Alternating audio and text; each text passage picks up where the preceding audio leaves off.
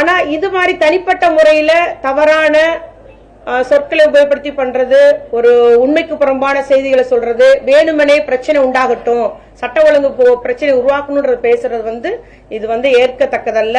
நிச்சயமாக எங்களுடைய தலைவர் ஒரு பொறுப்பான முதலமைச்சராக இருக்கிறதுனாலதான் கட்சி தொண்டர்களை எல்லாம் கட்டுப்படுத்தி கட்டுப்பாடோடு திராவிட முன்னேற்ற கழகத்தில் இருக்கிறார்கள் என்பதை நான் கூறிக்கொள்ள விரும்புகிறேன். அதே போல பாத்தீங்கன்னா நம்ம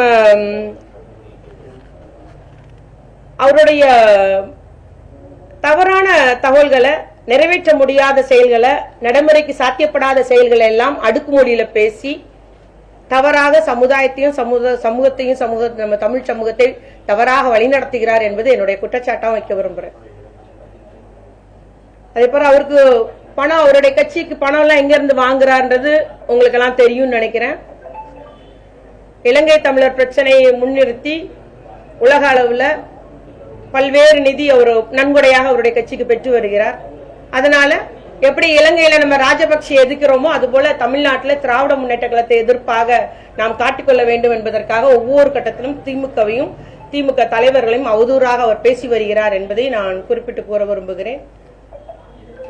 அதனால நம்முடைய நாம் தமிழர் நிறுவன தலைவர் சீமான் அவர்கள் கொஞ்சம் நாக்கை அடக்கி வாசிக்க வேண்டும். அரசியல் அறவேக்காடுத்தனமாக பேசக்கூடாது. அரசியல் முதிர்ச்சி இல்லாத ஒரு தலைவராக தெரிகிறார். தமிழ் சமூகத்தை தவறான தகவல் மூலம் அவர் தவறாக வழிநடத்தி வருகிறார் என்பதை மட்டும் நான் இங்கு கூறிக்கொண்டு, பச்சுவந்தி போல இன்னைக்கு ஒண்ணு நாளைக்கு ஒண்ணு, இன்னைக்கு இவர் ஆதரிச்சு பேசுறது, நாளைக்கு மாத்தி பேசுறது, எதிர்த்து பேச, அவர் தான் பேசியது என்னவென்றே அவர் தெரியாதபடி பேசி வருகிறார் என்பதை நான் கூறிக்கொண்டு, இவர்கள் அரசியல் தலைவருக்கே தகுதியானவர் அல்ல, அரசியல் பண்பு அற்றவர், தரமில்லாத ஒரு அரசியல் நடத்தி வருகிறார். இவர் எங்களுடைய தலைவரை பற்றி பேசுவதற்கு இவருக்கு அருகதையே கிடையாது. நிச்சயமாக தமிழ்நாடு உள்ளவரை முத்தமிழர் கலைஞருடைய புகழ் என்றும் நிலைத்து நிற்கும் என்று கூறி முடிக்கிறேன். நன்றி. சொல்லிட்டல, எங்களுடைய தலைவர் பொறுப்பான ஒரு முதலமைச்சர் இல்லையா, ஆளுங்கட்சி. அதனால எங்களுடைய முதலமைச்சருடைய அந்த கண் அசைவுக்கு ஏற்பதான் எங்களுடைய தோழர்கள் தொண்டர்கள் செயல்படுவார்கள். புகார் அளிக்கும் இப்ப அவர் ஒரு சமுதாயத்தை பத்தி பேசியிருக்கிறாருங்க. புகார் அளிச்சா நிச்சயமா வழக்கு போடுவாங்க. அது ரொட்டீனா காவல்துறை நடவடிக்கை எடுத்துதான் வருகிறது.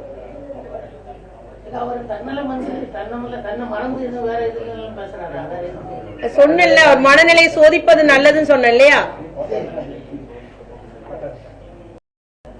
சீமான் அவர்கள் எங்களுடைய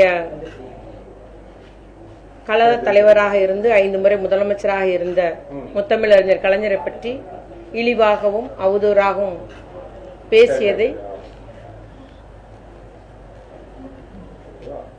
திராவிட முன்னேற்ற கழகம் வன்மையாக கண்டிக்கிறது. கழக தலைவரை பற்றி நம் தமிழ் மக்கள் அறிவர். அவர் தமிழ்நாட்டு வளர்ச்சிக்காக, தமிழ் மக்களின் நலனுக்காக, தமிழ் மொழி வளர்ச்சிக்காக தமிழ் மொழியை செம்மொழியாக்கியதே நம்முடைய கலைஞர் அவர்கள் தான். அத்துணை திட்டங்கள் நிறைவேற்றி தந்தவர். பிச்சைக்கார மறுவாழ்வாக இருந்தாலும் சரி, திருநங்கைகளா இருந்தாலும் சரி, மாட்டுத்திறனாக இருந்தாலும் சரி, பாட்டாளியா இருந்தாலும், தொழிலாளியா இருந்தாலும், மகளிரா இருந்தாலும் சரி, அத்தனை பேர் வாழ்க்கையிலும் அவர்கள் உரிமையை நிலைநாட்டியவர், ஏற்றங்காண செய்தவர், திட்டங்களை வடிவமைத்தவர் என்பதை நாம் எல்லாம் அறிவோம். இளைஞர்களுக்காக முதல் தலைமுறை பட்டதாரி திட்டம், கல்வி கடன் ரத்து, நம்முடைய நுழைவுத் தேர்வு ரத்து என்றெல்லாம் அவருடைய படிப்பிற்காகவும் முதலில் கணினி கல்வி வளர்ச்சி, இவ்வாறு அடுக்கிக் கொண்டே போகலாம். அவ்வளவு தமிழ்நாட்டில் இந்த ஒரு ஏற்றம் வந்துள்ளது, வளர்ச்சி வந்துள்ளது, அது காரணகர்த்தா கலைஞர். அவரை பற்றி இந்த மாதிரி இழிவாக பேசுவது வன்மையாக திமுக கழகம், திராவிட முன்னேற்ற கழகம் கண்டிக்கிறது. அவருடைய ஒரு கட்சி தலைவர் என்பது அவருடைய ஆதரவாளர்களோ இல்ல நிர்வாகிகளோ யாரையும் தவறாக பேசும்போது கண்டிக்கக்கூடியவர்களாக, தடுக்கக்கூடியவர்களாக இருக்க வேண்டும்.